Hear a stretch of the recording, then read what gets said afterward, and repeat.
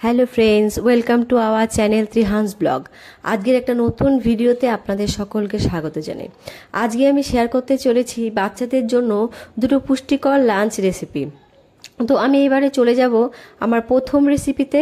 তো এই প্রথম রেসিপির জন্য আমি এখানে নিয়ে নিয়েছি একটু মিষ্টি আলু, একটু গাজর আর সাবু। আমি এই মিষ্টি আলু আর গাজরগুলোকে আগে থেকে ধুয়ে গ্রেটারে গ্রেট করে রেখেছি। তো আমি এই সাবুগুলোকেও কিন্তু 2 ঘন্টা জলে ভিজিয়ে রেখেছিলাম। এবারে আমি চলে যাব মূল রেসিপিতে। প্রথমে আমি একটা প্যান বসিয়ে নিলাম।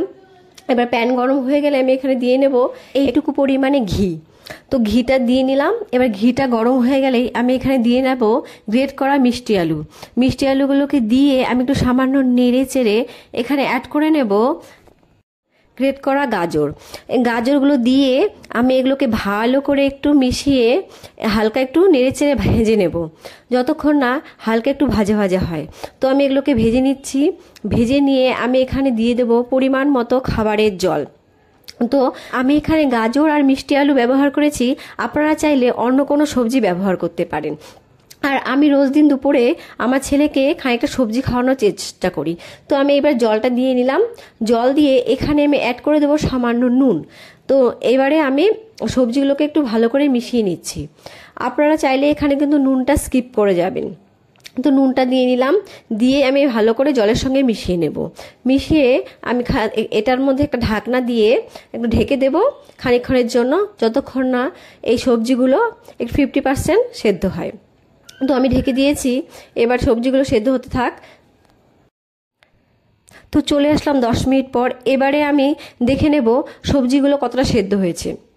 তো এবারে আমি এখানে অ্যাড করে নিচ্ছি একটু ডালের গুঁড়ো। এখানে আমি মুগ ডালের গুঁড়ো ব্যবহার করলাম, আপনারা চাইলে যে কোনো ডালও ব্যবহার করতে পারেন। আর এই ডালের গুঁড়োটা আমি আগে বানিয়ে রেখেছিলাম। এবারে আমি এগুলো ভালো করে মিশিয়ে তো আমি আবার ঢাকনা দিয়ে এগুলোকে একটু সেদ্ধ হতে দেবো। 10 মিনিটের মতো সেদ্ধ হয়ে গেলেই আমি ঢাকনাটা খুলে একটু চেক করে নেব সেদ্ধ হলো কি হলো না।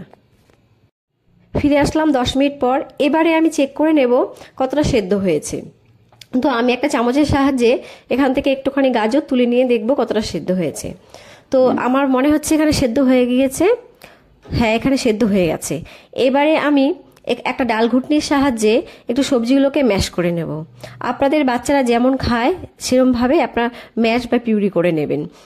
তো আমি ভালো করে ম্যাশ করে নেব। নিয়ে এখানে অ্যাড করে দেব সাবু। আপনারা চাইলে কিন্তু এই পর্যায়ে জিরের গুঁড়ো, একটুখানি গোলমরিচ গুঁড়ো, একটুখানি হলুদ গুঁড়ো অ্যাড করতে পারেন। তো আমার এখানে ম্যাশ করা প্রায় হয়ে গেছে। এবারে আমি এখানে অ্যাড করে নিচ্ছি সাবু।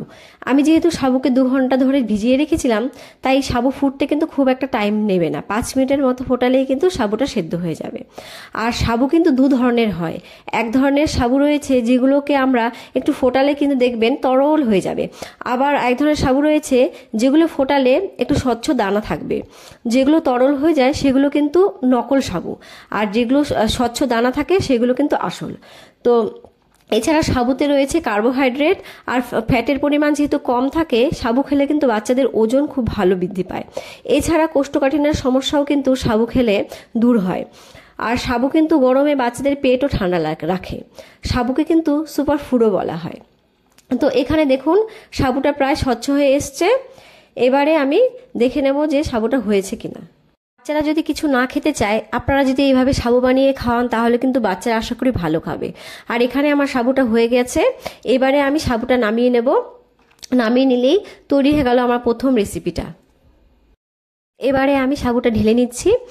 তো হয়ে গেল আমার সাবুটা। আর আমার ছেলে এই ধরনের সাবু খেতে খুবই ভালোবাসে। তো এবারে আমি চলে যাব আমার দ্বিতীয় রেসিপিতে। দ্বিতীয় রেসিপির জন্য এখানে আমি নিয়ে নিয়েছি গোবিন্দভোগ চাল, একটুখানি গাজর আর একটুখানি আলু। আমি এই চালগুলোকে কিন্তু 2 ঘন্টা জলে ভিজিয়ে রেখেছিলাম। আর আলু আর গাজরগুলো ভালো করে ধুয়ে কেটে রেখেছি। তো আমি এবারে চলে যাব আমার মূল রেসিপিতে। এখানে আমি প্রথমে একটা পাত্র বসিয়ে নিয়েছি। বসিয়ে আমি এখানে অ্যাড করে দেব পরিমাণ মতো খাবারের জল। তো জলটা আমি অ্যাড করে নিচ্ছি। এবার আমি গ্যাসের ফ্লেমটাকে মিডিয়ামে রেখে জলটাকে গরম করে নেব। জলটা গরম হয়ে গেলেই আমি এখানে অ্যাড করে দেব গোবিন্দভোগ চাল। তো আমি গোবিন্দভোগ চালটা অ্যাড করে নিচ্ছি। এরপরে আমি একে একে অ্যাড করে নেব ধুয়ে রাখা সবজিগুলো। বাচ্চারা যখন সেদ্ধ চাল সবসময় খেয়ে খেয়ে যখন আর ভালো লাগে না, তখন যদি আপনারা এইভাবে মাঝে মধ্যে একটু গোবিন্দভোগ চাল খাওয়ান, তাহলে কিন্তু বাচ্চারা খুব ভালো খাবে। কারণ গোবিন্দভোগ চাল থেকে কিন্তু একটা ভালো ফ্লেভার বের হয়। তো আমার এখানে সবজিগুলো দেওয়া হয়ে গেল। এবার আমি চামচের সাহায্যে ভালো করে একটু মিশিয়ে নেব। তো মিশিয়ে নিয়ে এখানে আমি অ্যাড করে দেব একটুখানি নুন। আমি এখানে নুন ব্যবহার করেছি, আপনারা চাইলে নাও ব্যবহার করতে পারেন। আমি আমার ছেলের খাবারে নুন ব্যবহার করি, কারণ আমাদের ডাক্তার বলেছে নুন না খাওয়ালে বাচ্চাদের আয়োডিনের অভাব হয়। তো এখানে আমি মিশিয়ে দিলাম, দিয়ে আমি এবারে ঢাকনাটা দিয়ে দিলাম। ঢাকনাটা দিয়ে আমি খানিকক্ষণ অপেক্ষা করে দেখব আমি এখানে সেদ্ধ হলো কি হলো না। তো আমি এখানে দেখে নিচ্ছি সেদ্ধ হয়ে গেছে কিনা। তো মনে হচ্ছে সেদ্ধ হয়ে গেছে। গোবিন্দভোগ চাল হতে কিন্তু বেশিক্ষণ টাইম লাগে না। তো আমার হয়ে গেছে সেদ্ধ। এবারে আমি এখানে একটুখানি অ্যাড করে নেব বাটার। আপনারা চাইলে কিন্তু ঘিও অ্যাড করতে পারেন। বাটার অ্যাড করে আমি একটু ভালো করে মিশিয়ে আরও খানিকক্ষণ ফুটিয়ে নেব। আপনারা কিন্তু খেয়াল রাখবেন একটু জলটা যেন বেশি থাকে, কারণ গোবিন্দভোগ চাল অনেকটাই জল টানে। তো এখানে আমার হয়ে গেছে। এবারে আমি ডাল ঘুটনির সাহায্যে ভালো করে একটু ম্যাশ করে নেব। ম্যাশ করে নিলেই খাবারটা কিন্তু তৈরি হয়ে যাবে। আর আপনারা চাইলে কিন্তু এখানে ম্যাশ না করেও খাওয়াতে পারেন, যদি আপনার বাচ্চার বয়স 1 বছর হয়ে থাকে, তো আর চিবিয়ে খেতে পারে। তো আমার এখানে অলমোস্ট খাবারটা তৈরি হয়ে গেছে। দেখুন খাবারটা বানাতে কিন্তু খুব একটা টাইমও লাগলো না, আর খেতে বাচ্চারা কিন্তু খুবই ভালো পাবে। আর বাচ্চারা যদি একদমই খেতে না চায়, আপনারা এইভাবে করে করে মাঝে মাঝে খাওয়াবেন, দেখবেন খুব ভালো খাবে। তো এবার রেডি হয়ে গেছে। এইবারে আমি ঢেলে নিচ্ছি খাবারটা। আর দেখতেই পাচ্ছেন কতটা ঘন হয়ে গেছে। তো আমার এই রেসিপিগুলো যদি আপনাদের ভালো লাগে, আপনারা কিন্তু বাচ্চাদের করে খাওয়াতে পারেন। আর আমার চ্যানেলটাকে একটা সাবস্ক্রাইব করে দেবেন, আর ভিডিওটাতে একটা লাইক করে দেবেন। তো দেখা হবে আরও অন্য একটা ভিডিওতে। Thank you for watching my video. Bye by.